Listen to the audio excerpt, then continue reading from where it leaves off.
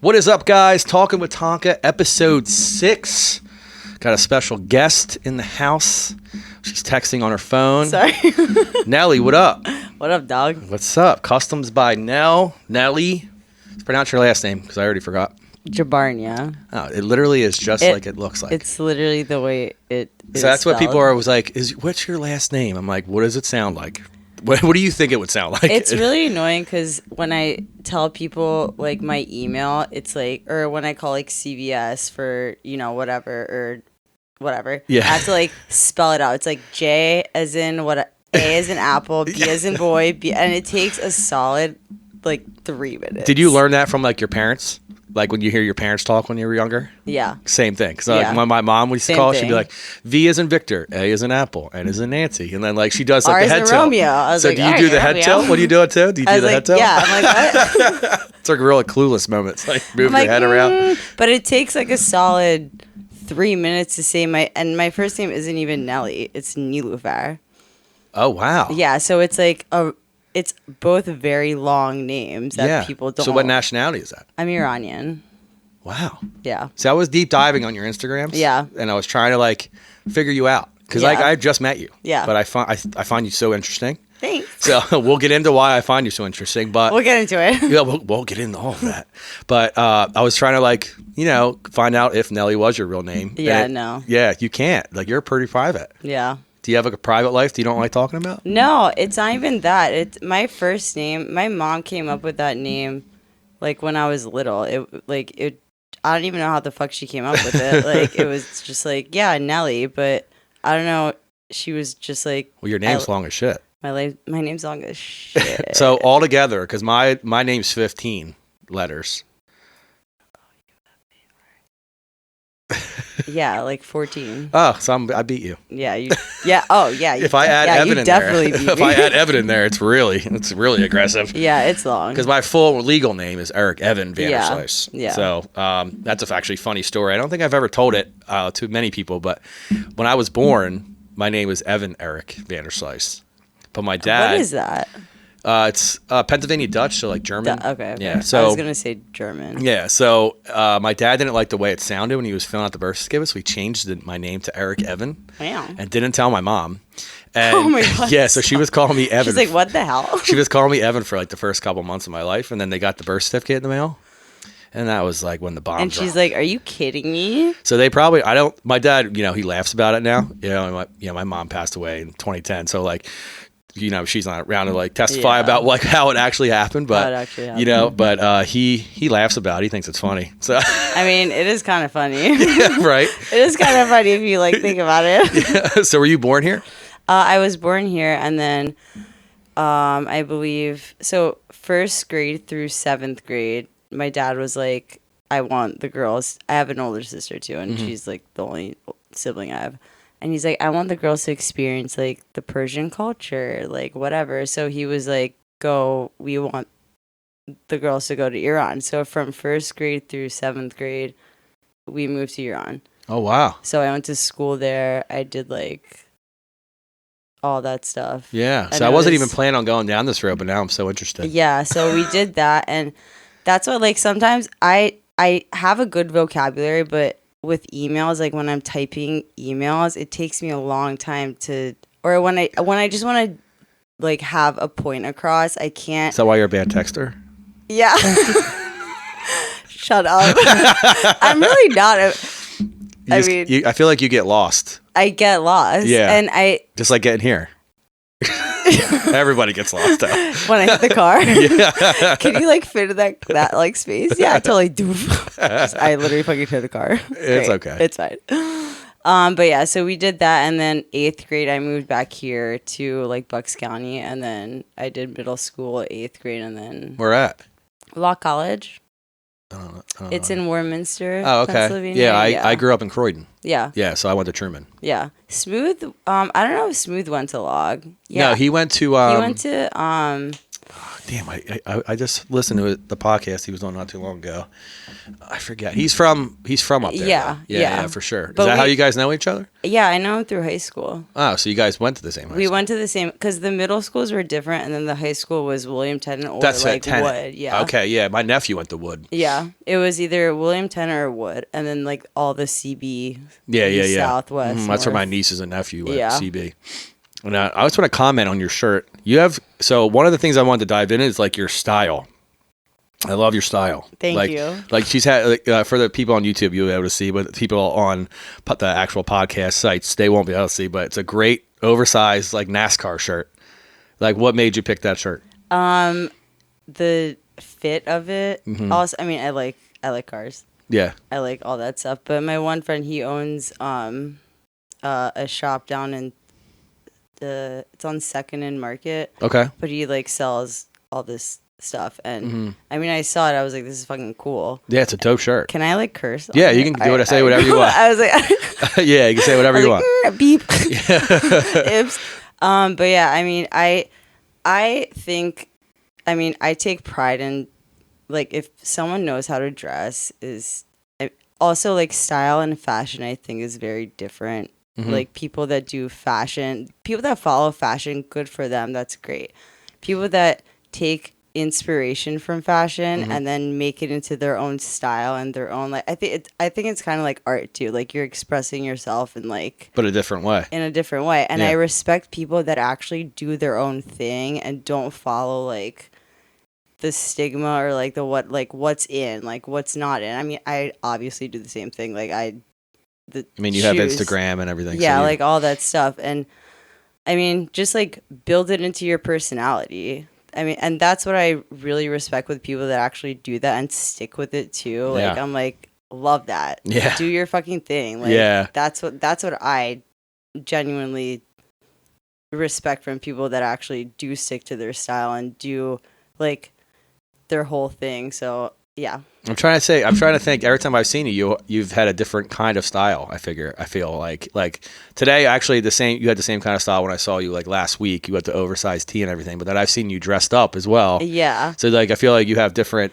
I do like 50-50. So I do like vintage stuff. Like I do down like not fancy things, and then I pair it up with like like a nice purse, like a Louis Vuitton purse, or like a nice, whatever it may be, like do like a whole 50-50 thing. So it's not as, elevated and not as like underdressed. So you can do like an oversized shirt with, cute fucking heels. Yeah. I saw it was so much cooler. When I was deep diving on your Instagram, I saw you like, I think you were wearing like a Supreme tee and like some nice pants and then heels. Yeah. I was like, accessories, like elevate it with like, do like a shitty, like lame vintage t-shirt and elevate it with like heels or like jewelry or a nice purse and like your makeup and your hair. And I didn't really get into all that stuff until my sister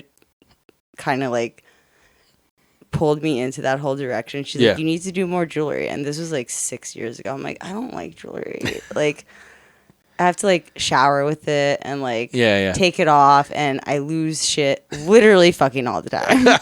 But then I was like, all right, she's right.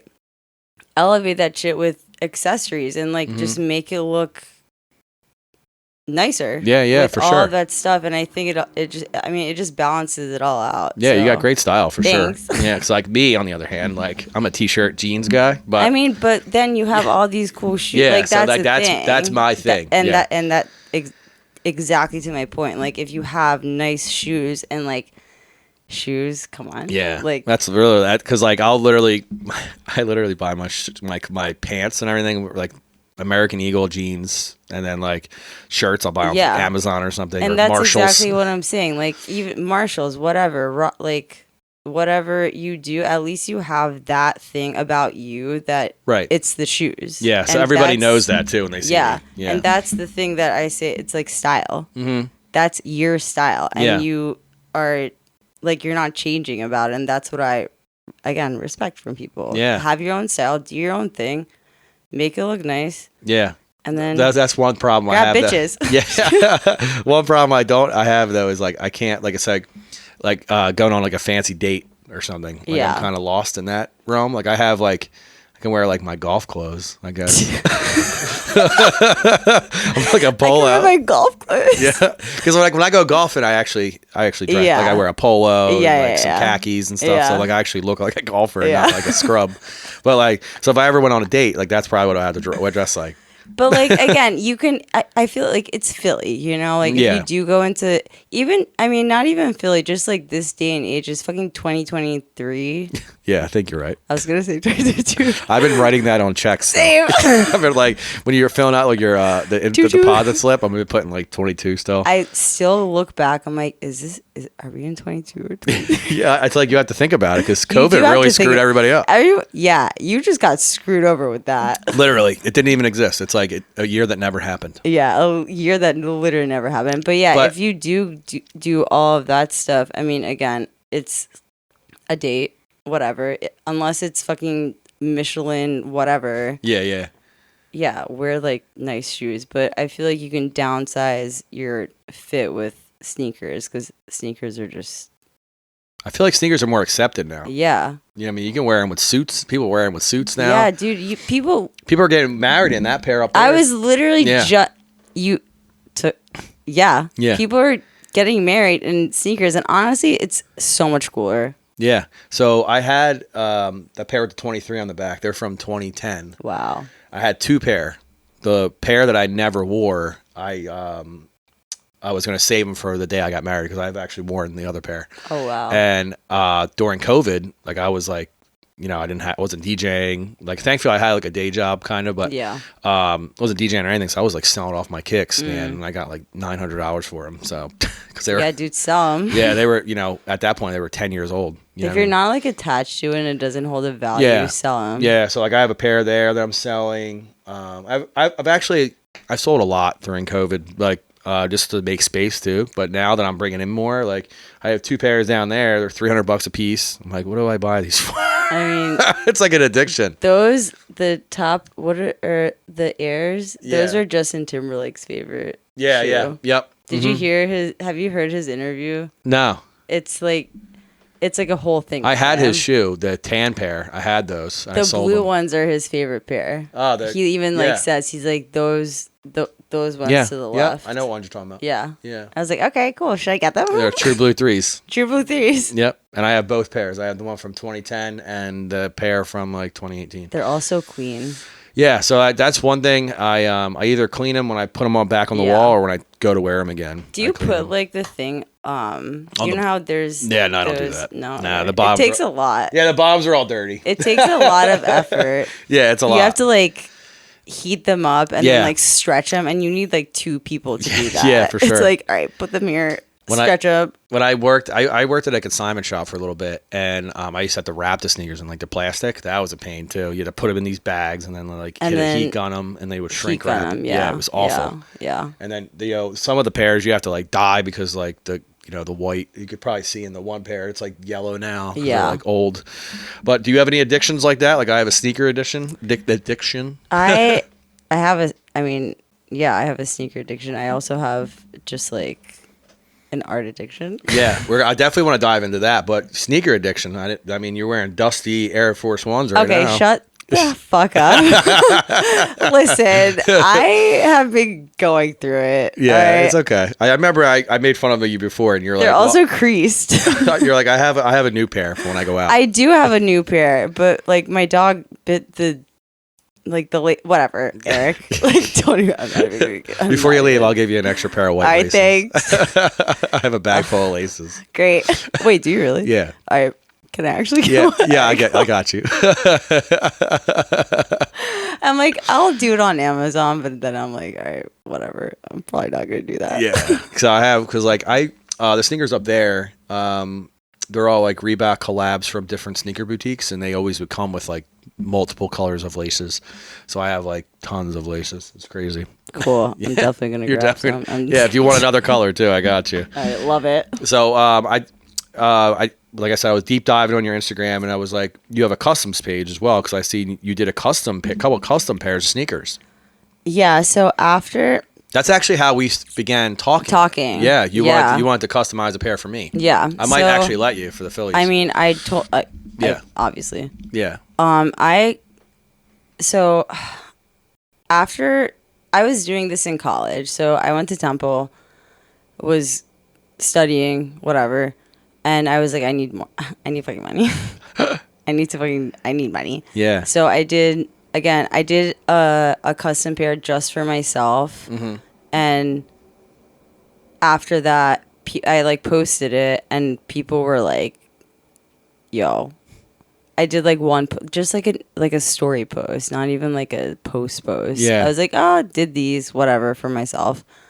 And people just went off. They're like, can you do this for me? Can you do this for me? Blah, blah, blah. And then I dove into the sneaker, like customizing sneakers. Yeah. And I figured out the pricing. I figured out the paint that people typically use, which is Angelus. Yeah, Angelus. Yeah. Angelus? Yeah, I don't know. I don't customize sneakers. That's Scooter's pocket. That's not me. And yeah, so I did that whole thing, and I grabbed like stencils. Stencils are like what, $10 on Etsy, whatever. And I did like a Louis Vuitton stencil, and like the tiny stencils are hard to do. Mm-hmm. I didn't have like a like the spray, airbrush, the airbrush, and it was like when you do those, you have to take the coating, like the factory coating off first, let it dry, because you use like acetone, I guess. Yeah. I mean, you know. Yeah. Did that, and then I mean, if it's canvas, if it's like Vans, it's easier. If it's Air Forces, it's a little harder because it's fab. It's like stuff on top of the leather. It's stuff. It's literally 10 times harder.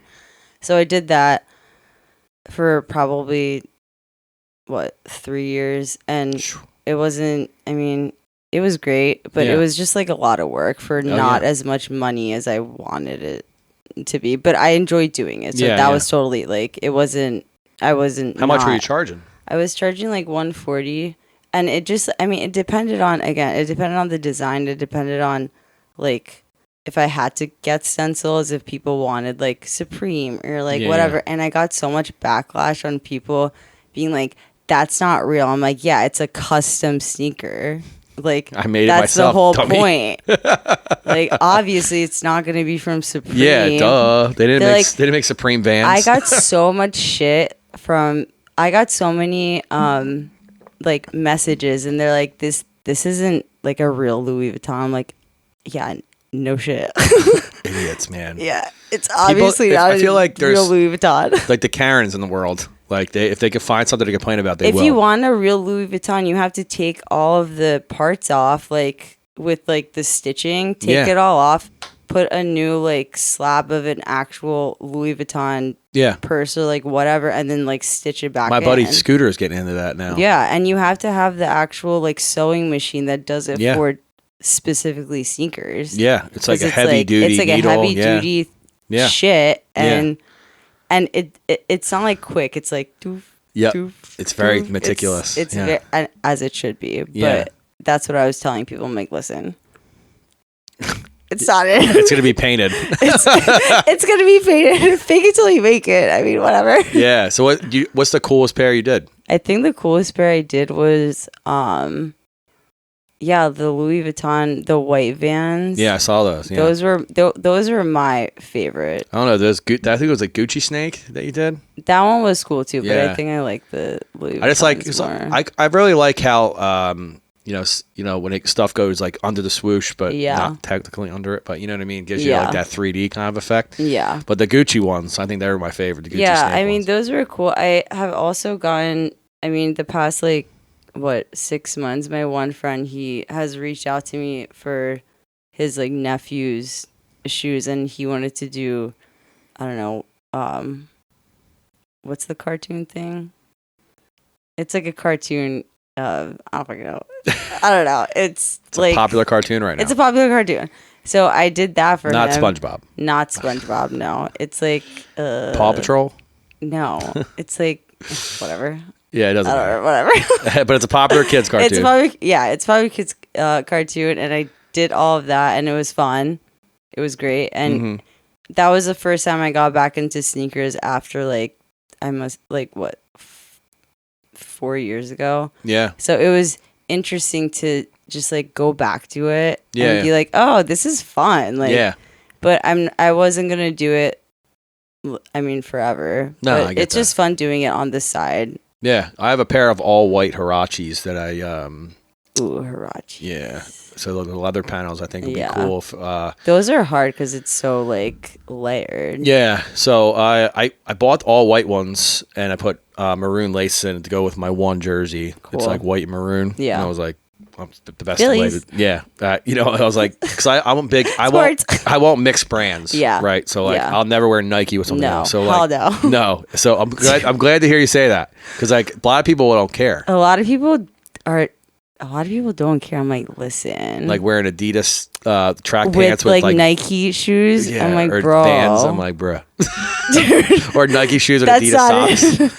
I'm like, woof. So my buddy Nine, he did that one time, never again, because I literally let him have it. I was like, nope. Let him have it. I was like, listen, you're gonna be my best friend. You gotta make sure you act right. My sister did that one time. I was like, sis. So that's fine. I'll try to open the door. He's like, I need to get in here. He's like, I hear people in there. So there's an open door policy in my house because of that. He'll literally just try to pop the door open, but he'll stop eventually. It's okay. Yeah. So, but yeah, like I was saying, it's really hard to find like maroon Nikes. So I was it's not like a basic thing. Right. Yeah. Or they're mixed with like other colors. And I'm like real big on matching. Yeah. Actually, when I went to meet you with your car, I was about to be like, I'm wearing different color blues right now. Don't judge me. I just had to throw a pair of shoes on. Because I don't really have, like, I have a baby blue shirt on. I don't really have any shoes really that are baby blue besides like the baby blue laces in like this one pair. Yeah. So like, that's what I always try to structure my wardrobe after is like what I can think in my head that I have that I can wear. Yeah. Because like, when I got that maroon jersey, I'm like, damn it. I was like, I don't have any. Like, I have maroon Reeboks. I have a bunch of those. And I'm like, oh, I can't do that. I mean, that's like the whole thing, too. Like, I went to Arizona this past weekend. Which I'm so jealous for. That waste management PGA event is wild. Also, can we talk about... Oh, shit. Yeah. Can we talk about golf gear? I was like, I'm so not a golf... Like, I'm not preppy. Yeah. I mean, I can be. Yeah. I saw it. You're wearing like the ruffle fucking literally skirt. I was like, oh my God, golf? Are we trying to be golf today? Because I'm totally about it. How wild is it out there? I haven't seen so many people in one like area location. There was post-COVID. Yeah. And the fact that they did that and then the Super Bowl too. Yeah. It's like, I mean, Arizona is big. So the fact that they could pull off those two huge events, I'm like, this place, they know what the fuck they're doing. Yeah. I didn't know he was playing this year, but my a buddy, like, not like a buddy, he's more of like an acquaintance because I only talk to him when I see him, but DJ Vice did a set there. I don't know if you were there that day that he did it. I think it was like they call it the 19th hole. It's like a little bit of a club area in the middle of 16, like right in the middle of 16. I'm pretty sure we got to 16. Okay, so there's a club behind that. I feel like I did. I don't obviously know the layout. I've never been there, but apparently, I actually no. I think it's after 18. There's like a club where you need like bottle service to get in there. Yeah, I mean, I'm sure. Yeah, it's wild. I was like, dude. And everybody's like dressed up in the golf attire. It was attire, so like fun. Raging. It was literally the funnest day that I had. And I wish we stayed longer, but again, the process of just getting out of there and getting into like getting a fucking Uber, that took a solid hour. I bet, yeah. And I was like, fuck, I just want to stay longer. What time did you guys get to the event? Because I know people get there at like 7 a.m. just to rush to get to the front. No, we got there around like 10:30 or... Yeah, 11-ish. Was it hard to get in? No, I mean, no, the line like went pretty quickly. Yeah. I think it took like, not answering that. Yeah. I think it took 20 minutes. Yeah. But it was just long. It was just like a very long walk. So that event in the morning, like when it first opens, there's like a big line because everybody wants to be like in the front so they can see the people that are going up and trying to hit the green at 16. That's like the biggest thing, right? So I was like 16. There's videos of the drone footage of these people that we've been waiting in line since like 2 a.m. just so they can rush the gate at 6. Shut up. Swear to God. Are you kidding? No, I swear to God. That's ridiculous. It's wild. It looks like a stampede. It's crazy. I'll show you the video. It's nutty. It's like, and they're just want to party. Yeah. Like, but they're golfer. That people, golf. Yeah. I feel like especially during COVID, like exploded because like I was playing golf. Exploded. Yeah. So like so many more people. That was all you could do. It's like golf or like disc golf. All you could do. Like anything outside. I think people like really got into. People got in there like you couldn't get a mountain bike from like here to Mississippi. You couldn't buy one. Like I couldn't get one. Right, so you couldn't do all these things. Yeah, dude, the bike market was wild. Yeah, I couldn't get, because I was trying to get a bike too, and it took me a solid like 4 months to find a bike on like Facebook Market, blah blah blah. But it was oh my God, I totally forgot about that. Yeah, wild, right? Yeah, and I'm like, I want to get like you know, me and Smooth got a shore house. So I was like, I want to get one of those like. Those beach cruisers with like the big handlebars. I was like, so I'm probably gonna go buy one of those. Get like a Huffy. Get like a little Huffy. Remember Huffies? No. You don't remember Huffy? Wait, I'm a little actually? older than you, so maybe you weren't around. It's the brand, right? Yeah, it's a bike brand. Yeah, but it's like Walmart brand, like Huffy. It's like Schwinn. Yeah, Schwinn's more expensive. Huffy is like. Huffy is like Huffy was... So in sneaker store, so you understand sneakers, right? Yeah. So Huffy's like Payless. Okay. All right, I get it. Everybody can afford it. So I was into BMX when I was younger. My dad, the first bike he ever got us was a Huffy, and it had those coaster brakes. And if you're a BMX racing, that's like the worst thing you could have because you need to pedal backwards sometimes. So it's like to keep your feet moving, you have to do that. So like I would have to like. Not do that because I'd be stopping when I'm trying to race. And then he was like, "All right, we got to upgrade you." You know. And then he eventually like caved and got me like a really expensive Harrow. He caved. Yeah, I still have it. Do you really? Yeah, it's like no, I wish I still had it. Actually, maybe I'll take that down the shore instead. It's like it's wild. Fuck it, take that. Yeah, it's so much cooler. I know, right? Yeah, old BMX bike. Old BMX bike. Yeah, and it's like multicolored too. It's crazy. Avalon Drive High. We're like, hey, you guys want to go jump sweet jumps? go jump. Take this off some sweet jumps. Do you want to get on my pegs? Yeah, I have pegs on there. That's what's funny. Do you want to get on them, girl? Need a ride to Wawa? I got it. $5. You buy me a shorty. I'd be like, okay. Yeah, you're like, all right, I can go for it. Fine. All right, I get it. So, one of the how I wanted to have you on is your paintings. Holy Jesus, so great. Thank you. And you're self-taught. Yeah. So, what made you, like, before we get into like your paintings that you've done and everything, what made you pick up a paintbrush or even a pencil or a pen or a marker or a piece of charcoal? I was little, like my mom, when we moved to Iran, she put us in like all like different stuff, like guitar, piano, like instruments, and then painting, nice, watercolor, blah, blah, blah, swimming. She put us in everything. My dad wasn't around. She like had to make us busy, exactly. Yeah. And we did all of that, and then I just picked up on the watercolor class. And my sister didn't. So then I was just going there by myself. But it was, I mean, I miss my dad. I miss my friends. I missed America. So, like, I think the whole thing for me in that little time period was just, and, like, school sucked. Like, they were super hard on us. It was... Did you speak the language, like, fluently? Mm-hmm. Yeah, so it's Farsi. And Farsi is the only, like, Iran is the only language that speaks Farsi. I can... Arabic, people usually ask me, they're like, can you read, or can you speak Arabic? And Arabic and Farsi, it's essentially kind of like Spanish and English. It's the same letters, but like I can read Arabic, but I can't speak. Don't know how to I don't know what it is. Yeah, like, I got you. You know, whatever. But so she did that, and then after that, I just was that like your escape, kind of? Yeah. I didn't. My dad wasn't around. Yeah.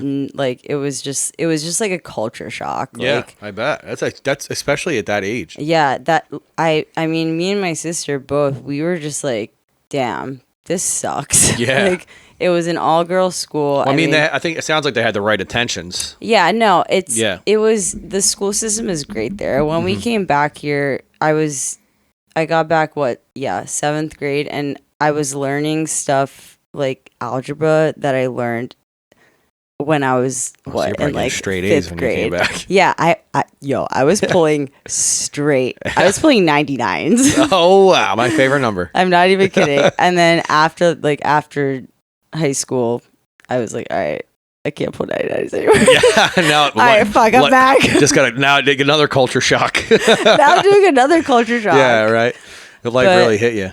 It really, yeah. It wasn't. I mean, I'm very happy that we experienced that and like did the whole thing. It was hard, but I wouldn't be the person I am now if I didn't see the things that I saw and like experience the things that I experienced there, because it's a completely different world. Yeah, I bet. Yeah. It sounds like it, obviously. Yeah. So my parents were kind of they weren't, I guess, a little bit the same way. My mom was like really sick growing up, so my dad worked nights, and then during the day he like took care of her. Yeah. So like he always tried to keep us busy. So he found when we first moved, actually, it's probably when I was in middle school. Is it just you? No, it's me and my brother. And your brother. Okay. And then I have a stepbrother and 2 stepsisters from my dad's other marriage, but they're like way older. My brother's like 62. I have a sister that's 59, and then 57. So like I have nieces that are 29, 32, a nephew is So 26. I could be your niece? Yeah, pretty much. They have kids now. It's fucking weird. It's fucking weird. I was at a family party over the past weekend. I'm holding my nephew, my great nephew, and I'm 39 years old. And I'm like, I feel so old right now. And my niece just turned 30. So I'm like, where does the time go? But anyway. 39 is the new 25. Yeah. Well, I mean, I look 25. Right? You really do. I mean, you look like you're like 32. I love that. Yeah. I love that for me. Mm-hmm. But so my dad was like trying to keep us busy, and I was always into drawing. I always I drew those S's, that everybody does. Yeah. Back in the day, I would draw like Sonic the Hedgehog, yeah. Yeah, exactly. So my dad found it's like art school, and this guy taught out of like a garage at his house, and he was like group classes or whatever. So I got into doing that, and then so I have a little bit of a drawing background as well. Yeah. And I went to an art school during college. Oh, where? The Art Institute of Philadelphia. It's not open anymore, but yeah. And that's why when you were at the art museum the one day, I was like, oh, I wanted to go see that exhibit because now, because we had to go there once a semester. It was like a thing you had to do, like, because we always had like a color class or art history, so we always had to go there one time to see the new exhibits, and they had like a check thing there where it's like made sure you went. So but I'm actually thankful that they made me do that, because I can appreciate art so much more now, because I understand why they use these colors and all these other things. So like that's really great, and that's really great that you use that as escape, because that's what a lot of people, they use music for or anything else. So you found your thing. So does that relate to your life now? I mean, 100%. I mean, after college, I had a job in I was a community manager for a co-working space, so like a WeWork. Did that for 6 years. It was great. I did my art on the side. And even in college, I mean, I got into doing drawings when I was at Temple. I had to pay for my rent, like my dorm. Yeah. And I was working at my what was it called? Diamond Greens at my apartment building. So I was like the front desk girl. Yeah. So I was doing that, and then I was switching hours with the guys that were working down there so I could study. I was doing like 11 to like 7s, so I didn't get distracted. I was like, I'd rather do that and like study and draw. Yeah. So I was pretty much doing that all of like that's why I wake up at 4:00 in the morning. Yeah, and you start drawing. Just start drawing, because I'm like, that's just what I did all like 3 years of college. Yeah. And so I did that, and after that it was like, I don't know, it was kind of like, I did it mostly for like gifts in the beginning, because again, I was poor. Yeah. Yeah. Whatever. Like people's birthday gifts, my ex-boyfriend's birthday gifts. I was like, I don't have money. I'm just going to paint them something or like whatever and study. But to be honest, I think I'd rather have something like that. Yeah, I like low-key want to reach back out to my one ex and be like, yo, do you still have, he's like married and like has kids. I'm like, do you still have that original one? Because like, I kind of want it back. But that was well, he probably would give it to you if you had it. No, he wouldn't. No. He hates your guts. He hates my guts. We all have that one ex that hates our guts. It's fine. Everything's fine. But so diving through, like I said, I did a deep dive on especially your customs page. I'm a big fan of Kobe Bryant. Obviously, I have 2 rows of his shoes. Wow. All I'm gonna say is wow. Like, you're so talented. It's crazy. Like, so do you have any inspiration when you look at, like, you have like realistic, like that Nippy Hustle one that's like, I think is like what you're famous for, right? Is that Nippy Hustle one? No. And that Embiid one, maybe. Yeah. Honestly, I don't even know which ones. The way I started making actual money off of my drawings was when Kobe died. Really? Yeah. So that was when it all like started. Mm-hmm. Like that was when I started charging people for, instead of doing it as like gifts or like not the sneakers or like whatever, like side hustle, whatever. I painted a picture of just him just for my room. I posted on Instagram again. I got probably like 30, 40 messages. They're like, how much? Yo, I mean, I didn't even have a price point. Like, I didn't even know how to price my stuff because I was like, I'm just doing it for my room. Like, I literally just did it for my room. And after that, I mean, I was doing small ones. I was doing, I think, like 16 by 20s or like 11 by 12, like. Yeah, like paper. Not movie poster size. Yeah, but like regular, like printer paper. Yeah, 11 and a half by, whatever. Okay, Small Johns. So, and I didn't know how to price them. So I was like, I don't know, whatever your budget. I don't fucking know. Like, whatever. $200. I was doing $150. Oof, girl. You're shortchanging yourself. Listen, I had no idea. Yeah. I was like, yeah. And it was like mostly our friends. Yeah. Like, so I see that. Yeah. Whatever. I cut my friends' breaks on stuff. Dude, too, I cut my friends' breaks on everything. And I mean, my good friends that like will give me more business. That's how like, that's how you know who the friends are. Exactly. My friends that literally just like have my back and like will always and will pay me more than I even asked them to. Yeah. And like the guy that's fixed my house, a buddy of mine, I'm actually throwing him more money because he had to come back like 8 times. And like that's the thing. Like some of my friends, I give them a price and they pay me like 3 times more, like, and I don't even ask. Looking at the one Kobe one you were using, like a blow dryer and all these things, so like to move the ink and water, whatever. Yeah. But like, I guess it's really hard to put a price on that. Like because like I know what my time's worth, right? Yeah. DJing wise, like I'm $125 an hour. Right. That's my price. Yeah. Like right now, you know what I mean? It's a set cheaper. Price. Right. So as I got older, it got more. Yeah. Because to be honest, there's gigs I don't want to fucking do. Mm-hmm. So I'm like, I mean, there's a gig, I don't want to say what it's for, but it's coming up that I didn't want to do. And I shot a number, like astronomical number, and they said yes. And it's only a 2-hour gig. Yeah. And I charged them a 4-hour rate. So, and they said no. They said yeah. And I was like, as long as I promote it on my social media. And I was like, oh, okay. I mean, that's the thing. Like pricing is really, it's like tricky. It's tricky with a lot of different artists too. Like some people take the time to charge people per supplies. Like I don't give a fuck about supplies, you know, like I'm not gonna. Well, you should.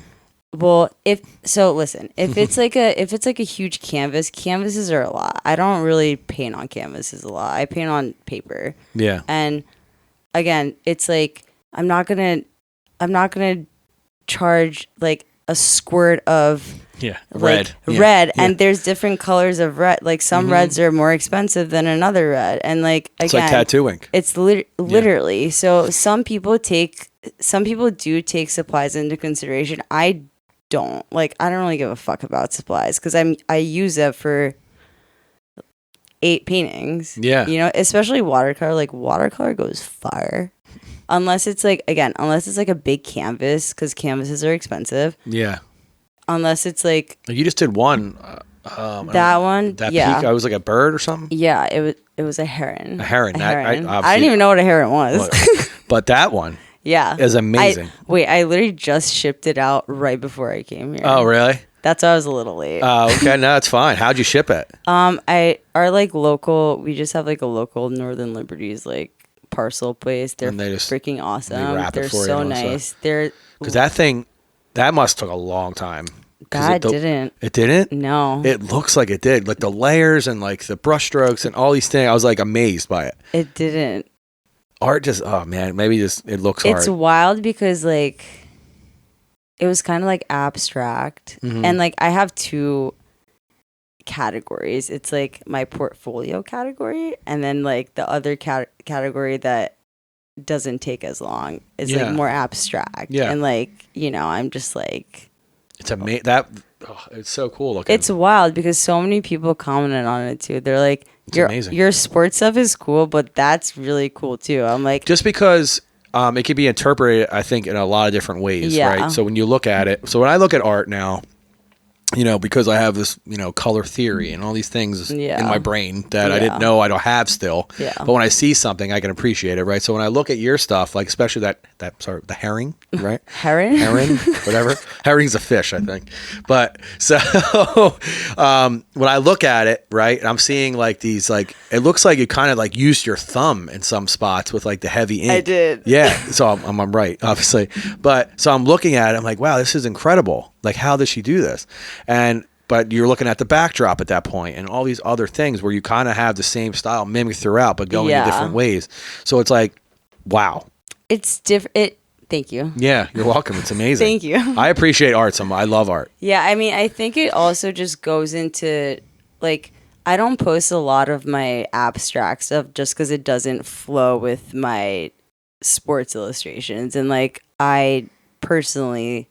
like sports are just like your lane. It's like the theme. Yeah. So I can't. You ever want to start another page for your abstract stuff? I feel.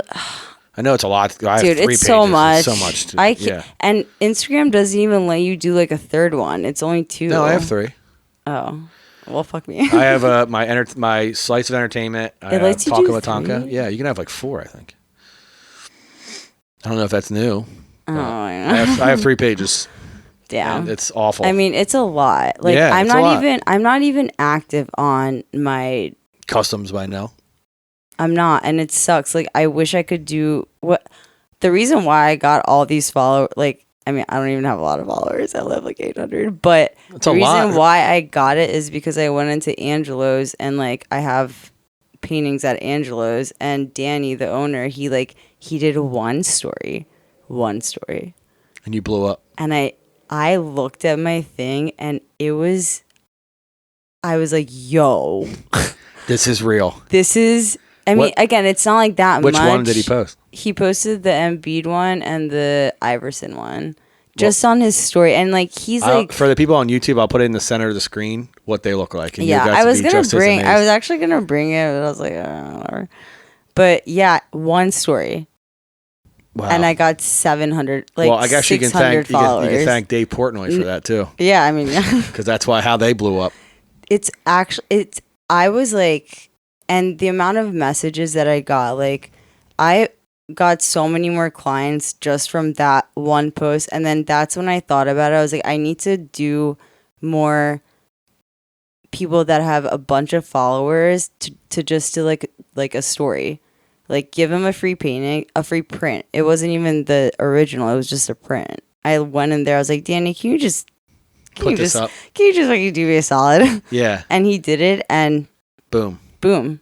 So that was the whole like switch around in my head. I was like, I'm gonna go to restaurants and just give them prints that cost me what, $30, $15, no, like whatever, and be like, just post a story, and here's a free print. Yeah. If you want to put it up. If you don't, whatever. Yeah, damn. So that's funny how social media is a powerful thing. Like, bro, those tailgate videos I was doing. One of them, stupidest one. I was asking people, where is San Francisco? It's up to almost 700,000 views. It's going to hit 1 million. Isn't that insane? Yeah, it's going to hit 1 million for sure. And you know why? You know why it spiked? Dave Portnoy liked it. And there you go. At the shows, one verified person likes your thing, it goes on everybody's feed at that point. It's now a For You page. And I'm getting texts now from people I haven't talked to in forever. They're like, hey, I just saw you on my For You page. And I'm like, hey man, what's up? I mean, it's like on my like reels too. Like every time I go through it, you're like, that guy is Tonka. I was like, oh yeah, oh shit, it's Ewick. It's Ewick. Hi Ewick. Do you say that to your phone? Yeah. I'm like, Ewick. It's Ewick again. It's Ewick again. All over people's For You pages. Isn't that wild though? Yeah. Social media is crazy, man. Crazy. And that's how they found me. But because one of my Phillies reels went viral, like stupid, and Hollywood recorded it on Snapchat, so the quality's awful. I think it's got like 200,000 views, and it's just a Rally Town video. Yeah, that's it. But that's when the Phillies were like at their peak. Mm-hmm. So that's how they found me. Was that? And they were like, hey, and there's bigger Philadelphia creators than me. Yeah. There's totally more. Maybe that was the selling point for me because I was like a little bit probably easier to reach. Yeah. But they also saw like I'm a DJ for the Phillies. You're also consistent with like posting. Oh yeah, you know, consistent. Like you are, as long as you're like I am not. Yeah. And like that, I think that's a really huge factor to just be consistent with all of your posts and like all of your reels and stuff like that, because that's it. Literally, you look at my page, it's cats, sneakers, and Phillies. But like sports. You're supposed to do that. Like you know, like that's a whole thing that you actually should do, and I slack on it so much. I'm like, why do you think that is? Because I just want to paint. Like it's like 60% market. Do you have any friends that are good at social media? Yeah, but again, I'm just lazy. Well, so this is dog. So I know, but that's what I'm saying. This is where you have a friend. Yeah. You'd be like, hey, you send her a bunch of pictures. Be like, hey, can you post one at 12 o'clock every day this week? I could show you like if it depends if you have a professional account. I can show you how there's a graph that Instagram literally gives you the blueprint on how to be successful. I know. So there's an algorithm where it shows you like your followers' most engagement, right? Yeah. So I know it's like the time and like whatever. Right. So there's graphs online you can follow as well, but like the ones that are important is your followers' engagements, right? So I think I just hit like 40. I don't have a lot. 4,400. Yeah. Right. So everybody on mine is active between 12 and 3 and like 6 and 8. Yeah. So I know if I post a picture between there, I'm probably guaranteed at least 200 likes, right? So, or if reel, I'm guaranteed at least 2,000 views. Yeah. You know what I mean? So, and Instagram was paying me for reels for a little bit. They're still paying me, but reels are dead now. If you didn't know that, reels are dead. In 2023. They're dead. Yeah, the pictures are back. Carousels, they call them carousels. Yeah, they want multiple, but I'm giving you one. Actually, I posted a 3 spot. And carousel. Yeah, they call them carousels. So stupid. But it's funny because Instagram was paying me for reels, right? So I got my first payment. So they reached out to you? Well, they reached out to everybody that kind of makes reels, and they have more than a certain amount of views, right? Because I have one with like just a stupid one. Me and Vinyl has like 13,000. Yeah. But off that video alone, I made $95. For what? Didn't do anything. I'm making money in my sleep. Literally. Literally. And so the one that has 700,000 views on, but I couldn't monetize it because I was a collaborator. Yeah. On it. But they're probably killing it. And what they pay me for that video, they paid me for that shoot alone. I only made $150. And they're making way more than that in monetization, right? Yeah. So now I have a bargaining chip. I hope they're probably going to listen to this, but game day, I have a bargaining chip now. All my videos, I got one of the highest viewed videos on your page. I need a raise. Listen, let's talk again. But I would love to do stuff with them, especially with the Phillies, man. I really think I can capitalize on that. And like, that was one of the reasons why I started this podcast, because I love talking, obviously. I think that's what you put on your thing. I love to talk because I do. I love to talk. I love talking. Yeah, talking is great. Talking's fun, right? Talking. And what is funny is I just went into my buddy. I was on a Fox Sports radio show talking Eagles and stuff. That was like last week. Yeah. And I told him, I was like, the reason why I started this podcast, I want to get in the radio. So I'm hoping one person hears my show and they're like, I think I can build a show around this. And he was like, if you want to get in the radio, I can help you. Yeah. So I'm really, I'm not going to lean on him too much, but I was like, I really hope that he's serious, because like, can you imagine? You'd be great. You think so? Yes. I appreciate that. Are you kidding me? Because it's so funny you say that, because I don't know how to take this, right? So a DJ that I look up to, and Excel, I know you're probably going to hear this, but I'm having him on the podcast, and I'm going to ask him the same question I'm going to ask you, is he's like, I think you found your lane. So does that mean I'm not a good DJ? No, I think you're a great DJ. I think Smooth's a better DJ. I'm just Whoa. kidding. I'm just kidding. Whoa. I'm just kidding. And the podcast ends. I'm just kidding. No, I'm totally kidding. We're definitely different styles. I think definitely different styles. Both absolutely amazing. But yeah, I think you should definitely get into it. I think again, the fact that you're even doing this, like this takes a lot of time to do. And the fact that you are putting in the effort to do all this stuff, like you have, I mean, I'm all for it. Oh, I love that, man. I think I know it is your lane. Yeah, and it's so funny because I never wanted to start a podcast, right? But during the pandemic, I was on Twitch DJing, and I was paying my car payment with it. Right. It was great. And then I started a show, Talkin with Tonka, it was like Talkin with Tonka on Thursdays. It was every Thursday. Yeah. And it did really well. You're consistent with it too. Yeah. So I actually had to stop because I got a Thursday residency down the shore, so I couldn't do it anymore. And people were kind of bummed about it. Yeah. And then randomly, shout out to DJ Courtesy. He's like, yeah, you should start a podcast. DJ Kirker? Yeah. So I was like, yo, it's so funny you say that because like I've been thinking about starting Talkin with Tonka again. He's like, well, I love that fucking name. Yeah. I was like, how did you get? That was one of my questions, but I'll ask it later. Okay, how I got Tonka? Okay, we'll hold off on that. Hold off. But so I started I bought all the equipment, put it all on my credit card, and I was like, I'm just gonna pay it off, whatever. And it's like the budget system ever. I think just everything besides like buying this expensive ass GoPro. Jimmy Six let me borrow one of his, but I'm returning it because I need new cameras. I'm just record on my phone and an iPad now because these things suck. But and that's the problem I'm having. My YouTube, I'm like 3 episodes behind right now with YouTube videos. Just YouTube is hard. It's so tough. It's like it takes like 4 hours of your time. Literally, and I went to school for video editing, so the editing is not the problem. It's like this computer is okay, but it's like it's struggling to do those things. So I'm like, kind of wanted to give up video for a while. I just wanted to give it up and not do it at all. But people like that. Like people, I listen to a bunch of like art podcasts, and it's like, I listen to them, and then I go, when I have time, I go and I look at the actual videos because I just want to see. I don't know. I just seeing people talk. Seeing people talk is like. Some people also like YouTube because, when they can look at it, they'll look at the screen, and when they're not, they can do something else. Exactly. Or they can have it playing on in the background and they're doing something else. So I'm not going to give up on it, but like you're like, it's rough. The one I just did, the last video I shot in 4K. These are shooting in 1080.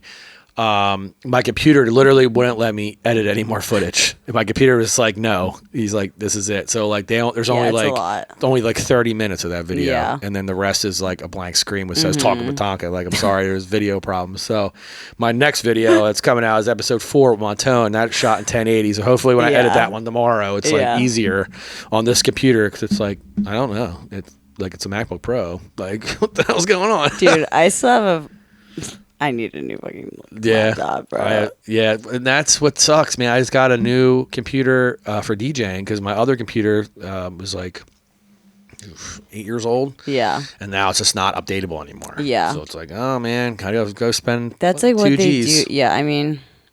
Well, I went the cheaper route though. I bought a MacBook Air this time. I don't know if you know anything about computers, but I worked at Apple for a little bit, so I kind of know like. Oh, you did? What I needed. Yeah. Yeah. Mm-hmm. Oh, cool. So it's funny. I went to the Apple store not too long ago, and I ran into my old manager, and he was like, "What are you doing besides the Phillies and like DJ?" I'm like, "Nothing, but I need something because I need like healthcare. I don't have any healthcare, right?" So I just bought dental because I was like, at least I can afford something because like, healthcare is so expensive, dude. So is that why you got a job? Yeah. Yeah. Because I remember I asked you, like, why aren't you doing art full time? I was like, I need benefits. Yeah. Like, I need health insurance. Yeah, well, especially being a female, you have to go to, like, the female doctor and stuff. Literally everything. I'm like, I mean, I was talking to Smooth about this in the summertime, too. I was like, I have my LLC. I don't know how to run a fucking business. Like, it is hard. Very hard. It's the taxes, the benefits, like everything. I mean, I could have done it, but I was struggling, bro. Like Was it Customs by Nell LLC? Yeah. Love that. So creative. So creative. I know, just like so creative. But yeah, after I I did my art for 3 years until I got this new job a month ago, and it's great. Like, my bosses are fucking awesome as shit. Like, it's what I did before in like real estate. Great, love it, awesome. But before that, I mean, again, I survived 3 years doing this, and I remember driving back home from the shore like this summer, and I looked at my bank account and I was like, yikes. And I had a literal mental breakdown in the car. Yeah. Like, I've been there. I'm there right now. I started like scream crying. Oof. And my friend Alex, she was like driving, and she's like, should we pull over? So we pulled over, and I was calling my mom. I was like, Mom, I have this much in my bank account, and I've never had this much in my bank account. And then I just started freaking out. And then I was like, fuck this. Like, this is, I can't do this. And then I prayed. And then, I'm not even kidding you, like, a week after that, I got the biggest paycheck for a mural. Really? That I ever got. So I went from having less than $1,000 in my bank, like, less that you would ever, like, it wasn't pretty. Yeah. And then I got this sick mural painting. Sick mural painting over $10,000. I'm like, oh my God. Like, I'm back, bitch. Yeah, I'm back, bitch. Now, do you think if you put that, that more effort in, you still be doing it full time? I don't know. I mean, yeah. Well, I think you should. I know. It's just like, when you talk to Smooth again, ask him who gave him advice to leave his job. He literally gives me, I like go to him for advice because he's just like such a hardworking. Like, yeah. I respect him so much. So he was working, both jobs, and I'm like, man, you're not gonna be able. You're about to blow up, dog. Yeah. I was like, you gotta focus on one thing. So focus on one thing. And I was like, you gotta get rid of I'm going from. I was making cake. I was making like two G's a week, 2 G's every 2 weeks. So I'm making $4,000 extra a month doing my day job plus DJ, and I was caking it, bro. Yeah. Like, I'm afraid to do my taxes. I do my own taxes. I'm afraid to even look how much I made last year because I'm probably gonna owe like a shit ton of money. I don't even want to talk about that right now. So like I'm terrified to do my taxes. I haven't I opened my pay stuff from the Phillies. Dude. And I'm like, Jesus Christ. So anyway, literally, so I'm like, I'm just gonna put this off. Yeah, for a second. I'm literally gonna put it off till like the last day, like I always do. But I told him, I was like, you're about to blow up. You need to focus on what you're doing. And he was like, he hasn't been happier. Yeah. You know what I mean? That's what I did. Because I moved jobs in the beginning of 2022. I got a new job making like $14,000 more than I was making. Yeah. And I was there for 3 months. I fucking hated it, bro. Yeah. It was so bad. And went to my manager's office. I was like, man, I'm not comfortable here. Like, I shouldn't have made this move. Like, you guys aren't making me feel comfortable. Like, what was it? No help. I was in IT. Okay. I always been a computer nerd my whole life. I don't have any degrees in it or anything, but I have so much experience. They were paying me a shit ton of money. So I was like, I'm just not happy here, man. And he was like, well, let me talk to the other bosses and like kind of figure out what we can do. Yeah. Because they really didn't want to lose me, right? So I get back to my office. I get the call from the 9 telling me like, yeah, you want to be part of this Phillies thing? I was like, you could have called at a better time, man. And the universe was telling me, man, I follow the universe now, man. Whatever the universe tells me to do. Literally whatever. Like, you prayed and look what happened. And that's like the thing. I tell everyone, I was like, whatever is meant to be for you will be for you. As long as you just like believe in whatever, like stop trying to control everything. Again, I had this amount of money in my bank account, and like I was just like, God's not gonna let me, like, he doesn't let birds starve, you know. And literally when I read that like scripture and I read like my Bible and like did the whole thing, like, I'm not even kidding you, within 24 hours we back, baby. I was like, this is real. I'm not even kidding. Like, this isn't, that's like, a lot of money. It's a lot of fucking money. But then it went all away. Yeah, well, bye. But again, that's like the whole thing. It's like whatever. My life savings is this house. So like my mom, I got left money when my mom passed away. Yeah. I have some that I can't touch because I did that on purpose. Yeah. That's it's like some kind of bond, or I don't know what the fuck it is, but it's something I can't touch for like 10 years. It's like accruing interest and all these things. Don't. No, but what I had left is you're looking at it. Yeah. You know what I mean? So like on my last, I don't know if you listened to my last one, but me and my buddy he started a business with the money he got from his mom when she passed away, and I bought this house. And it's funny, like when you say your bank account's like down to nothing, I'm going. You see my downstairs is like ripped apart. Yeah. Right. So I had money put away from my shore house, and like I was building up my savings. I was like, this is fucking awesome. And then I don't have a day job anymore, right? So I'm like, now there's $5,000 in repairs that'd be done. So it's like now I just got to rebuild it all. It sucks. Yeah, but it's again, awful. like money comes. Oh it's yeah, like, you can't. That's my dad once told me. He's like, you can't stress about something you have no control over, right? So you figure out a way. Like be smart about it, right. Obviously. Yeah. So anyway, so after you got your $10,000 for this painting, what happened next? What was the next move after that? The next move, this was also like 4 months. This was in the summertime. Mm-hmm. My biggest painting was, it's at O Brother. That was like my first big mural that I like. Mm-hmm. It's not even a mural. Like it's not even on a wall. It's just on a piece of wood. But they reached out to me and they were like, I want you to do this, like, Where's Waldo type of thing. Like, Phillies, I want the Phillies, I want the Sixers, I want the, like, all the monuments, all this stuff. I'm like, ugh, that's kind of overdue. Yeah. Like, I've seen it places. Overdone, yeah. Overdone. Yeah. Whatever. English. Second language. And then I was like, all right. And then I prayed again. I was like, I don't want to do this. Like, this is kind of boring. And it's just very meticulous. It was all these like tiny, like things that I had to paint. Yeah. And then I was like, why don't we do like the Last Supper, but make it Philly? So like, and then we'll have all of your signature dishes like on the table. Like the table. Yeah. So that was like, that took me 480 hours to do. Oh my God. Yeah, like that was the... Hope you charge by hour.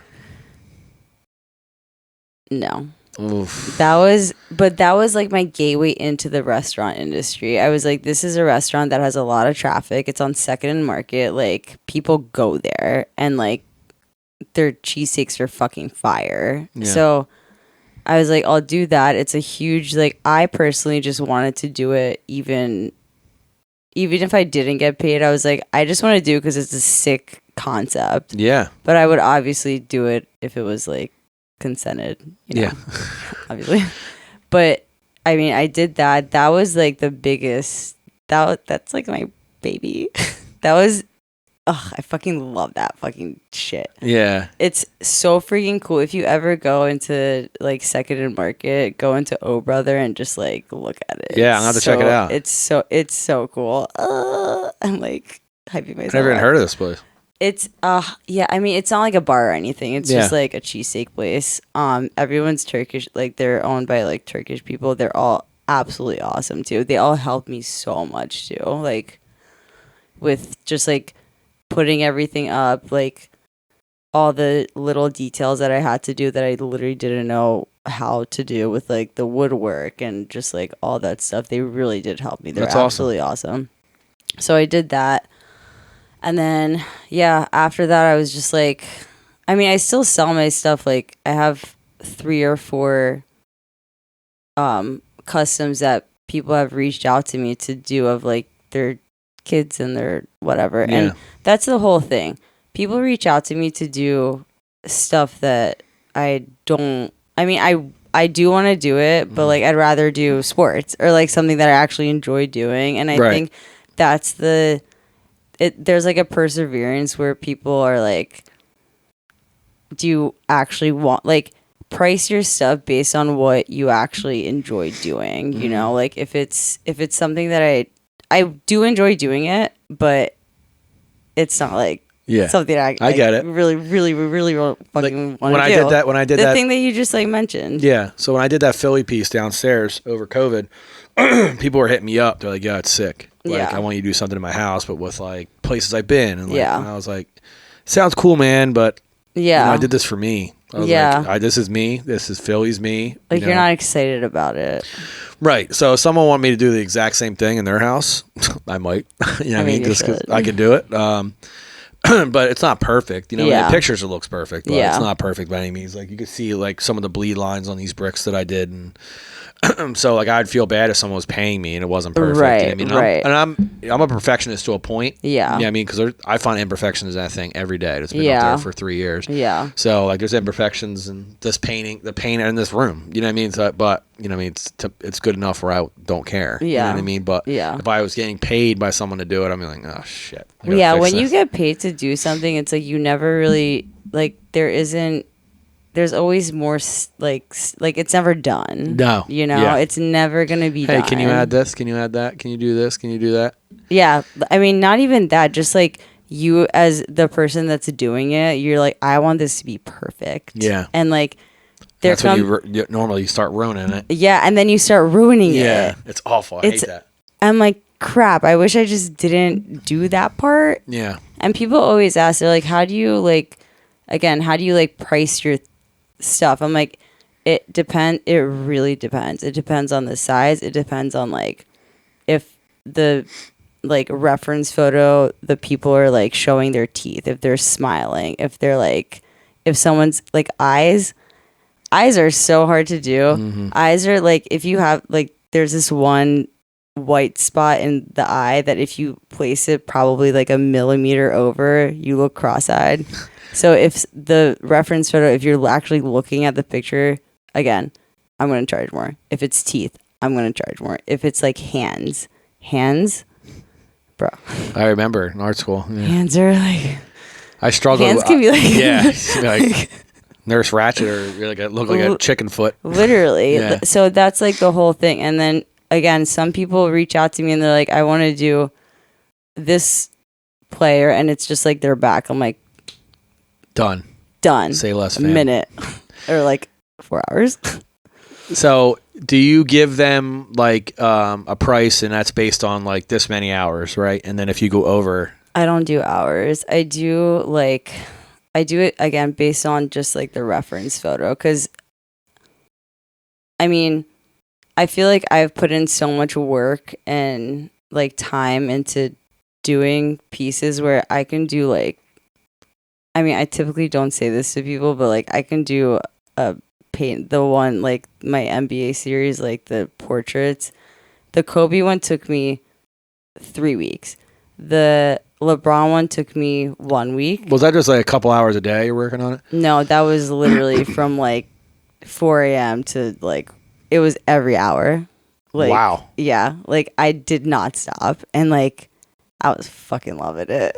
Oh, wow. That's good, though. That's how you know you're passionate about something. I got to show you the painting that Ray did for me, Nine's girlfriend, Ray. I'm pretty sure you know yeah. She did a cool painting for me for my birthday. Dude, I didn't know she did. She like, she's so talented. Yeah. I know. I like looked at her all right, girl. I'm going to get her on the podcast and talk about her background, because she's very talented. Yeah. Human being. It's crazy. It's crazy. And that was one of the things that attracted me to you. Like, I wanted you on because, one, you know, I don't really know you, so this is a good time to get to know you, right? So, hey.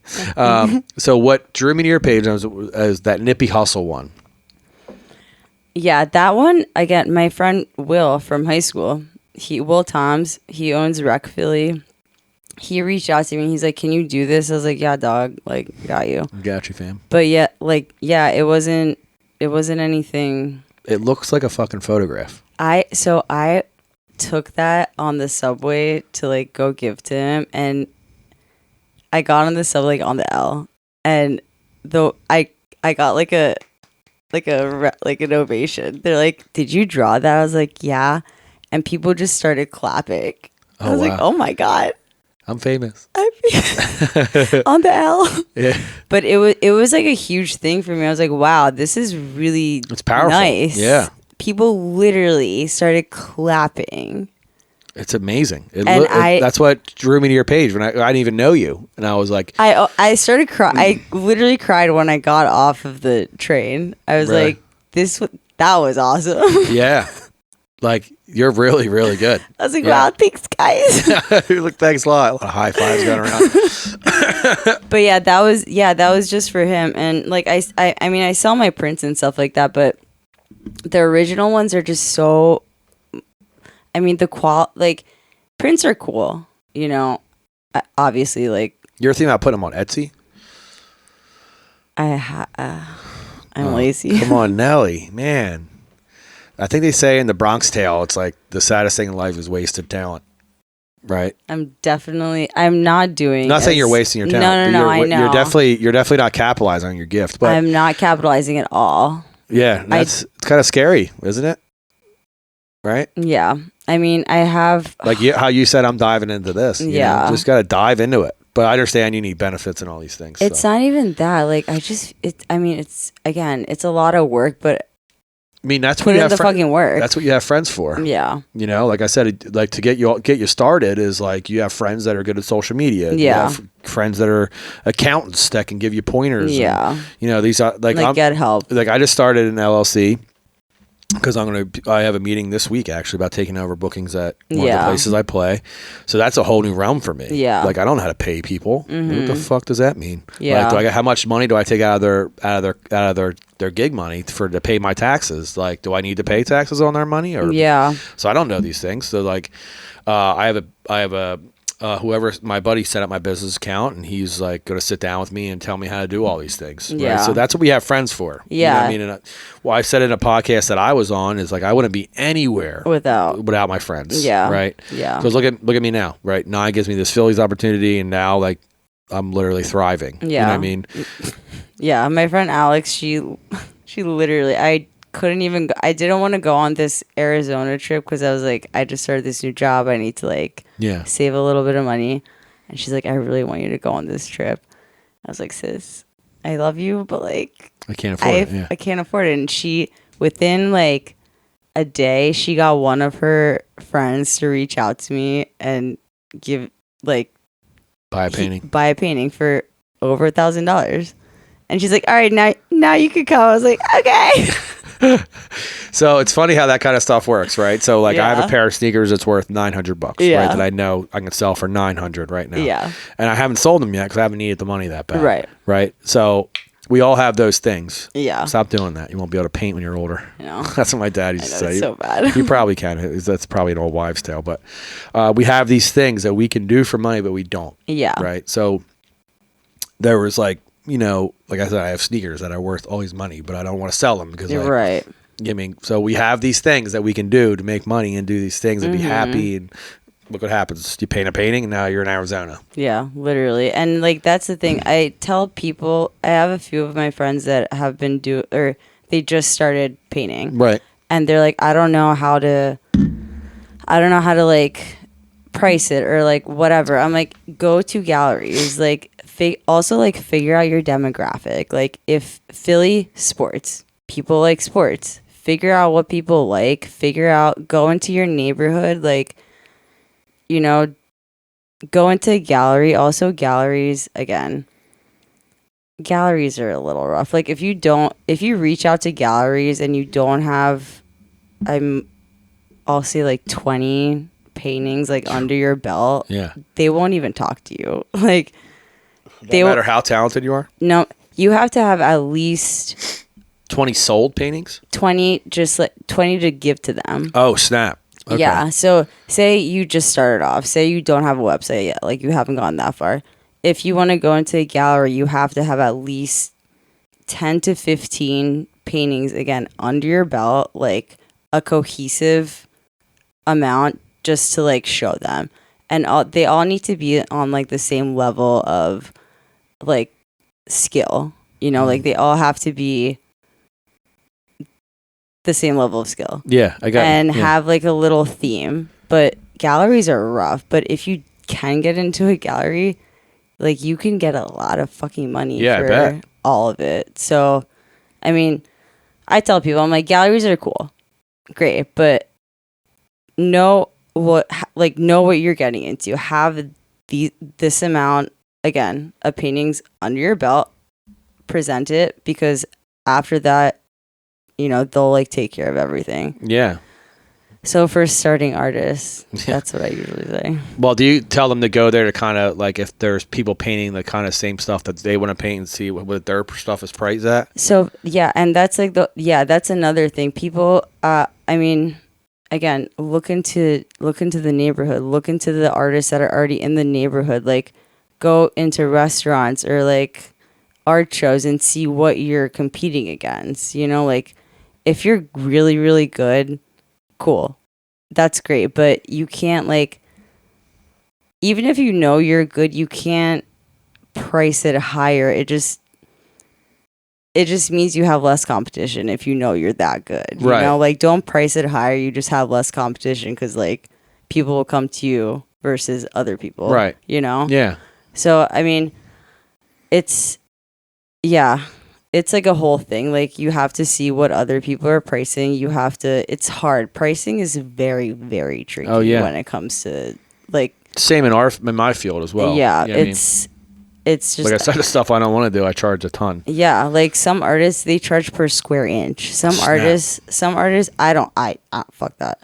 Some artists charge per with supplies. Some artists charge by, you know, how abstract something is versus like a portrait, like a face. Like faces are abstract things are great. Yeah, it's fun. Don't get me wrong. Love them. But like you don't really have to put a lot of like brain cells in it. Yeah. With like faces, it's like you have to be very, very meticulous. Oh yeah. And, like duh. Like especially if you're doing a portrait for like if I did a portrait for you, like I have to make sure it's perfect because like you would. It's like you'd really look at it. you ever see Seinfeld? Where you ever watch Seinfeld? Yeah. Yeah. So you know that one Jerry's like painting Kramer, and then someone wants to buy him. You ever see that episode? No. Jerry's like dating this artist, and she's like painting Kramer randomly, and someone's like, "Oh, I want this painting," and like she didn't know how to price it because it's like just a portrait of Kramer. Yeah. But they were like so intrigued by it, so it's like, but who wonder if someone would buy me? I mean, yeah. People will buy anything. People. Literally. It's like a consumer like industry. Did you ever do like a painting where you didn't think it would sell and it sold?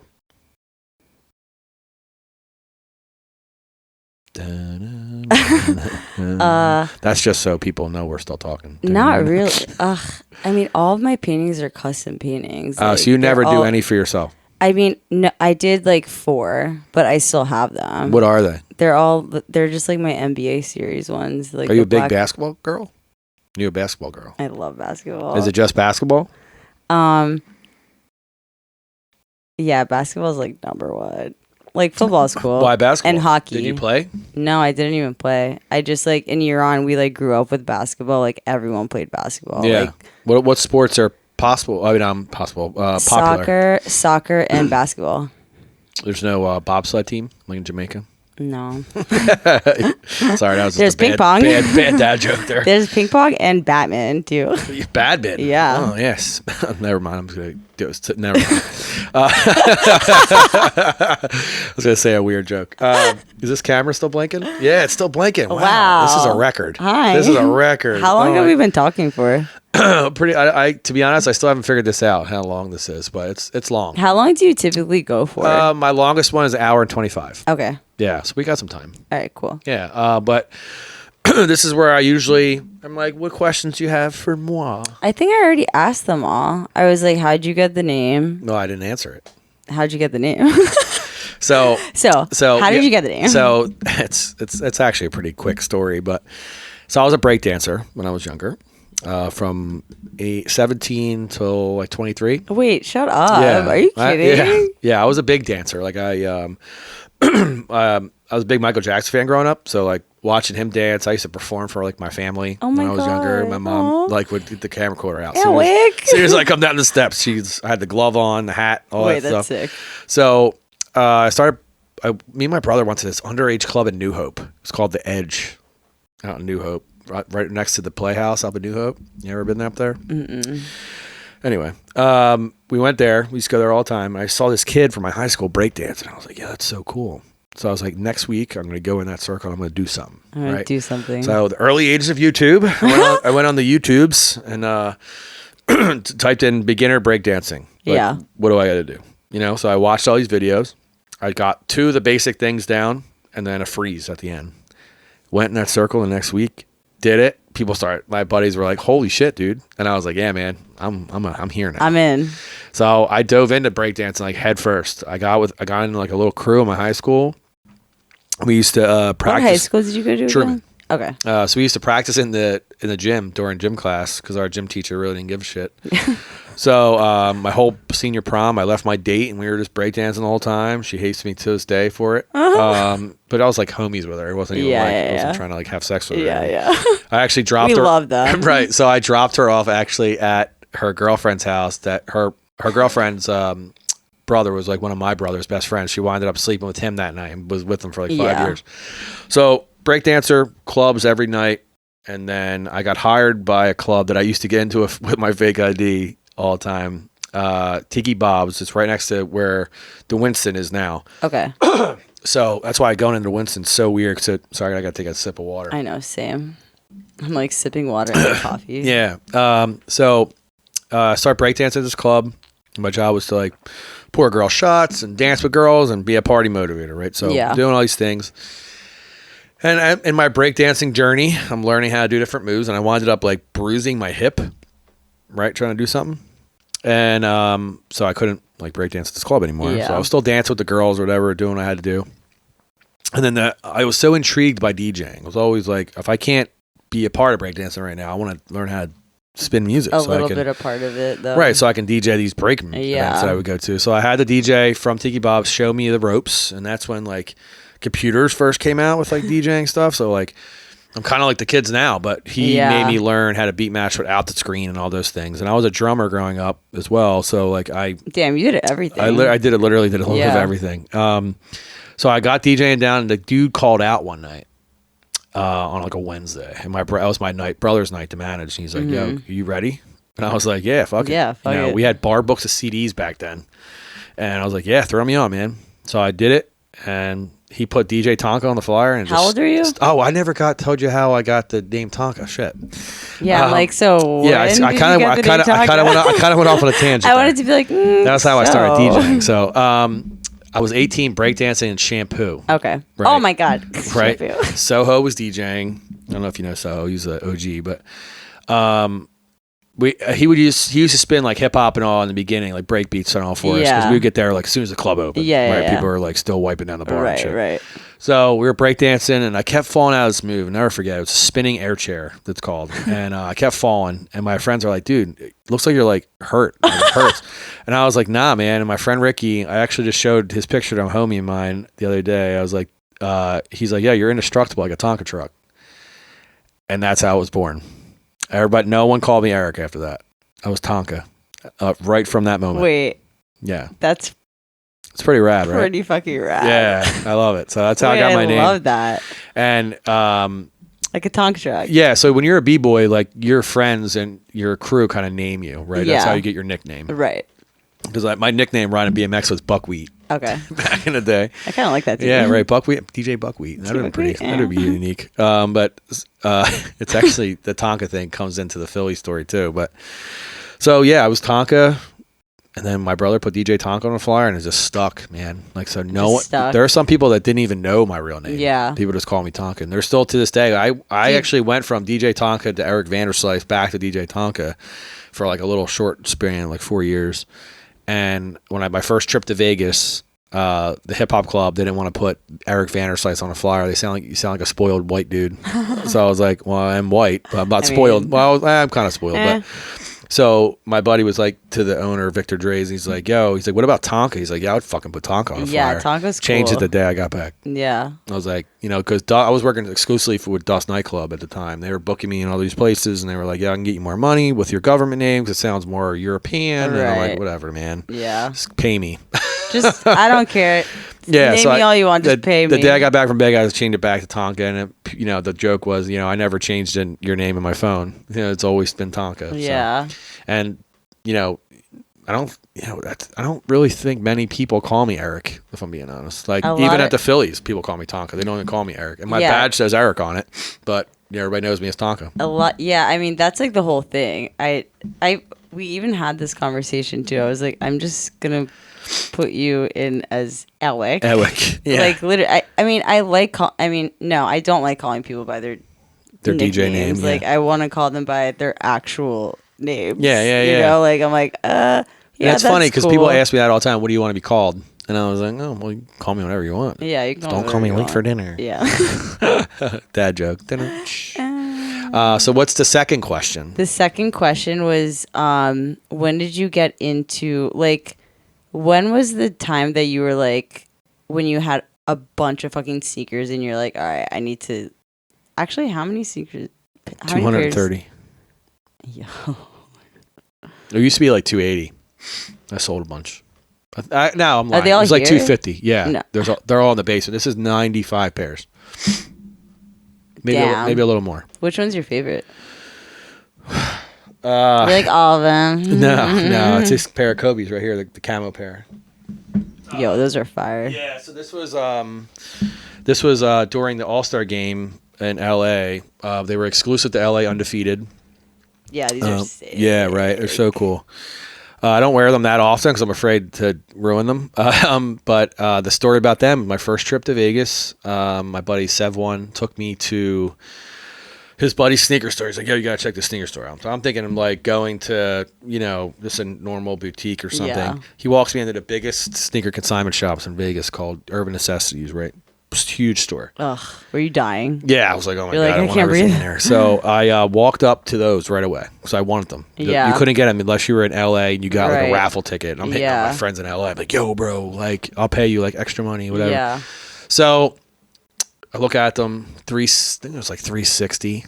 I had like $400 in cash to my name. Nice. Right? So I was like, did the sneakerhead any normal sneakerhead would do? I bought them. Right. So I'm in Vegas for $40 and a credit card. And I'm like, I'll spend anything, I'll spend it on sneakers. Right. So when I saw these, I was like, I have to have them, man. And that's my favorite sneaker in my collection. Yeah, but the sneaker that got it all started. That's the other question I was gonna ask. Oh, duh, obviously. 2008 Air Max 90 infrareds. Dude. So I've been collecting. Classic. These are from 2010. I'm sorry, 2010. But yeah, they're old as dirt, man. They're clean. Yeah, well, I keep them clean though. You feel me? Wait. Yeah, I can see that. Can you tell that I like that brand? I have every variation. I was literally gonna be like, I have a variation that's not on here. They come in a box, and you can change the patches on them. Like the back tab here doesn't say Nike Air. You have custom patches here. It's crazy. I did a custom Max for my cousin's like maid of honor thing, and that was fun. Maybe I'll do a pair of white Air Maxes. You can do a pair for me for the Phillies. Oh my, yo, you down? Yeah. The Talkin with Tonka exclusive here. Bang, bang, bang, bang, bang. Bang, bang, bang, bang. So that's what's cool about some podcast equipment. You can like have like buzzers and stuff. Yeah. I'm not that sophisticated yet. I'm not there yet. I'm having a problem with just voices. What I have right now. Yeah, it's more unique that way. But yeah, so that was my favorite stuff. And I asked you to bring a pair of your favorite sneakers. Ugh. And you said they're not your favorite. So we're not going to bring them out. We're not going to bring them out. Why didn't you bring your favorites? Because you couldn't find them? I couldn't find them. All right, so describe them. I think they're at my parents' house. They were my first Air Forces, but they were like a custom. I don't even know what like collab it was, but it was my first pair of Forces, and I got them because I was going to New York. Like I was like still in. Like I think it was like my freshman year of college, like not like the regular Air Forces, like the sick ones. So I was like, I want to get a sick pair and just like fuck them up there. Yeah. And so I got them, and that was like the whole thing because I was like, I'm going to New York, like I'm trying to be cool, and I still have them. They're just at my parents' house. I know. She did bring. They're called Sakai's, right? Nike Sakai's. Yeah. I love when the Sakai's came out. I was like, yo, these are fucking fire. Yeah. And they're comfortable. Basically, all it is, it's a Nike waffle that has like a double deck. Yeah, and like it makes you an inch taller. Yeah. And they're comfy. And they're cool. I have a pair of waffles, just regular waffle ones. Mm-hmm. But I made so my favorite Kobe. I forget what number it is. It's like the 6. Right before the Kobe. This is a Kobe 7. So the Kobe 6, they made what they call a Grinch, where it's like bright green. With the lace, with the infrared laces. Yeah. I found a pair of that color green waffles, and I put those color laces in them. So I made my own Grinches out of the waffles. They're actually downstairs. I'll show you. Those are sick. Yeah. And it was an easy custom because it was $80 for the shoes, $7 for laces. Easy. Yeah, right? So that's my version of customization. People usually, even like with customs, you can be super like quick about it and just like I have custom golf shoes. Oh, cool. What are golf shoes? So you need golf cleats, obviously. Okay. So I don't wear like cleats. I wear like the soft cleats, but I have a pair. Golf is cleats, right? You wear cleats in golf? Well, it's like shoes. It's like, there's... But it has like the... Yeah, the little stubbles or whatever. Yeah. There's Nike has like interchangeable ones. Right. But I was like, I want something that no one else has. And I'm a big runner guy. So like Sauconys, I don't know if you know, it's Saucony, not Saucony, but I have a pair of Sauconys that I was like, I wasn't in love with. So I was like, let me do a custom. I know a guy who was... make it a little so he was... Yeah, exactly. Put a little Tonka flare on it. So... I knew a guy that was doing sole swaps at the time, and he was just starting out. Okay. So I was like, yo, what sole do I need? I'll buy it right now. I'll send them to you. And he's like, all right, charge me $80. He charges $300 now. It's crazy. But he does some wild shit now. But he charged me like $80 to do it, plus the shoe that I had to buy. Yeah. Which I'm kind of mad, because I could have saved it, because the shoe that I bought to make, because we had to like measure the bottom of the shoe and then like look at golf shoes to see what kind of would pair up. Yeah. So I have a pair of Saucony golf shoes with a Nike bottom. It's sick. That's sick. Yeah, people love them when I see them. Wait, they're like, yeah, are they golf shoes? I'm like, I show them the bottoms. They're like, yeah. I was like, it's a Nike bottom. It's like a collab. Nike, it's a collab, bitch. Nike Saucony collab that never happened. But yeah, I'm starting to turn into a golf shoe nut now. I have like 12 pairs of golf shoes. Damn. Yeah, and the one pair that I have is worth $900. So I'm afraid to sell. It's those Concord Jordan lows and a golf shoe. $900. They were going for 12 at one point. Yeah, I should have sold them when they were above 1,000. That's what I said. That's what I said I was going to sell them again if they ever go over 1,000. Yeah, no. Because I don't think I'll ever wear them. My buddy Scooter wore them, and I was like, damn, I really wish I wore them. I know. There's like some shoes where you never wear, and it's like, I'm still going to keep them. There's a pair of Jordan 3s that I don't have, the black cements, but I have them in a golf shoe. Yeah, I got lucky with the golf shoe, and I just started getting the Jordan 12 lows golf shoes. I didn't even know they did golf shoes. Yeah, Jordan golf shoes, man. It's a thing, and it's expensive. Like there's a pair coming out that I need. Like more, it's a pair of that sixes. I need. A pair of low 6s. They're so sick. They're all white with infrared. Yeah, I need those in my life. But is there anything else you wanted to ask me before we wrap it up, Nelly? I'm actually going to put a poll on my Instagram, not my Instagram, the YouTube page. I'm going to put the YouTube video is probably going to go up in like 2 weeks, hopefully. I'm going to put a poll up there and see if people want you to start painting again. Yeah, do a little polly poll. Yeah, because I think you should. I really think. I know, obviously money's a big factor in a lot of things, but I think you're really talented, man. And I really think you should do it. I'm like still doing it, but maybe like, pray again, for motivation. I do it every night. I did it today. No, wait, that's not even motivation. It's I guess if you're lazy about it, I guess motivation is what it is. But I guess I get that kind of some way too, as I get a little lazy when it comes to, because I know I'm good at DJing, right? Yeah, I know I'm good at it. I'm gonna boast because I know that I know how to mix records. Yeah, I know how to make people dance, right? You know where I lack, where I'm lazy about doing is finding new music. And my friends are on there every day. Yeah. Looking for shit. I'm there Friday before my gig looking at music. I feel like DJing too is like, God bless you guys, because I feel like it's just like such a cutthroat industry. Yeah. Like, that's why I'm thankful for people that believe in me. Yeah. Like, as long as you have a good support system, like, fucking keep doing it, because just do it. Yeah, that's trust me. I'm gonna ride this train to the wheels ride fall it, off. dude. Ride it until you. But I definitely think you should get back into it. I definitely think you should. Maybe not full time, but dive into that. Yeah. You know what I mean? Maybe after summer. Yeah. Summer's Definitely coming. after summer. Dude, summer's coming. Summer's and, coming. It's gonna be here before you know it. I brought some of my shit down the shore one time, and I was like, I didn't get shit done.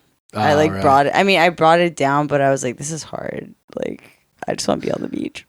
You're drawing the beach. I can draw on the beach. But it's a good place to wrap it up. Cool. Thank you guys for tuning in to episode 6 with Nelly of Talkin with Tonka. So you two people right below me, DJ Tonka _ DJ and then Talkin with Tonka, all one word, and then under Nelly, what your at Customs by Nell. At Customs by Nell. That'll be under her as well. And then Yes. what's your personal Instagram? My personal Instagram is Nelly Jan. Boom, there it is. And I'll There put you it go. below her on the screen.